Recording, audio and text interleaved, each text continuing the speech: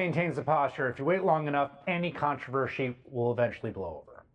But the acute dysfunction at the top of the world's most powerful military doesn't seem to be going away because it's actually getting worse. Today, Politico is reporting that Pete Hegseth, quote, surrounded himself with advisors who quickly turned into vicious rivals for power, whose bitter brawl has now unraveled into revenge power plays, surprise firings, accusations of leaking, and embarrassing headlines that are blowing up the Pentagon, distracting from Trump's agenda, and possibly jeopardizing Hegseth's job. Now, the Defense Department is notoriously nonpartisan, avoids deviating from decorum, so an eruption of infighting is only making Hegseth's stain on the Pentagon worse. Quote, there is a complete meltdown in the building, and this is really reflecting on the Secretary's leadership, said a person familiar with the matter. Pete Hegseth has surrounded himself with some people who don't have his interests at heart. Joining me now is one of the reporters of that story, Paul McLeary, who covers the Pentagon for Politico. Paul, I got to say, this is a very illuminating piece. Thank you for your and your colleagues' reporting. Let me just start by one of the ways that you framed this that was useful for me was there was some notion when this person who didn't have a traditional resume for this job was confirmed, he would be surrounded by people with a lot of institutional knowledge and a lot of experience at the top. And yet it seems he kind of brought in his people at the top, and that's been part of the problem. Yeah, a few of the Dan Caldwell is one of the top advisors, and Darren Solnick had worked with Hegseth a little bit in the private sector when Hegseth was working with veterans organizations, right? So he knew them previous to this, and he brought him with him to the Pentagon. They both had some Pentagon experience, but not normally as much as people in those roles would have. They're both veterans, so they'd both been in the military. They both had served. And then Joe Casper, his chief of staff, worked on the Hill for a long time.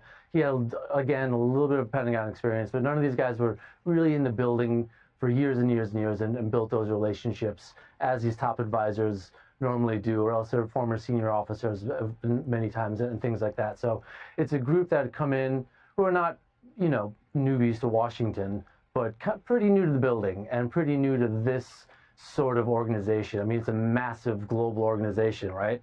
Millions of people in uniform, about 800,000 civilian employees around the world, and it's a big job to manage all these fiefdoms, as well as being a diplomat when you go overseas. So it's a brand new thing, and especially it makes it difficult when people who hadn't really been there before, and Hegseth, who had never, he was in the Army, he retired as a major from the Guard years ago, but he had never done anything even close to this size or scale. The other thing that was clarifying about your piece is that the rivalries here, I mean, clearly these people, 3 people have been marched out of the building. The chief of staff, Casper, has been relocated. There's tons of leaks that reflect incredibly poorly on Pete Hegseth. He had a makeup studio installed at the Pentagon. Today we just got reporting that he had Signal installed on his computer at DOD, which I guess would make it easier to copy and paste, but also seems like maybe not a great idea. Obviously, these guys all kind of hate each other now, but one of the things that came through in your piece was there's not some ideological stakes here. Like, this is purely personal pettiness at this point where they all kind of hate each other. Yeah, I mean, it boils down to a personality clash. It's not like there's this kind of neocon versus MAGA feud or something like that. They're all pretty much on the same page. Dan Caldwell, he tweeted over the weekend with the other 2 advisors who were fired. They released a statement saying they fully support President Trump's agenda.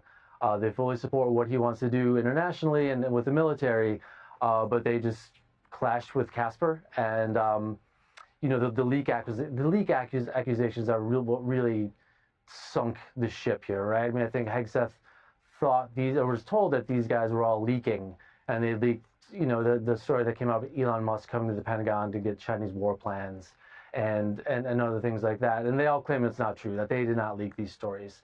And there was an investigation launched, and they said that they were not given polygraphs, which some defense officials had claimed that they were, and that there's no evidence against them, and they were marched out of the building because of this personality clash. One of the pieces of reporting is just that Joe Casper, who was the chief of staff, had a meeting where he started the meeting by telling people about his bowel movement, that there was another instance in which he recounted, I believe, if I'm not mistaken, like a trip to a strip club. Is that what you've reported? That is what we had been told by multiple sources, yes, and I think it's been corroborated by other news organizations as well. Both of those stories about this is the chief of staff for the Secretary of Defense. Yes, yeah, he'd like to shake things up, I guess, is a polite way to put it, in meetings. He also had a habit of calling senior military officials officers in the military by a lower rank to their face on purpose, just to gauge their response. So he wasn't a very popular guy in the building, I think, toward the end there. And it was part of the personality clash between all four men. This kind of these brash actions and really rubbed everyone else the wrong way. So who's running things there now? Well, Pete Hegseth is Secretary of Defense, and I imagine he will be for quite some time. I mean, it took the Trump administration a lot of time and effort to get him through the Senate, right? The confirmation hearing. So they're not going to give up on him. And he's executing the president's agenda, right? DEI, getting woke out of the military, transgender, things like that. He's doing everything that the president promised he would do. So he's fulfilling on his promises. He's bringing in new advisors now, right? His junior military assistant, a Marine Corps colonel, put in his papers to retire, and he's likely going to be one of his advisors. And I think there's some jockeying for position now with some other people who may have less experience than the previous three gentlemen did. We're not really sure. We'll have to see who he brings in. But it'll have to be people who he trusts, because the circle of people he trusts, I think, is constricting at this point.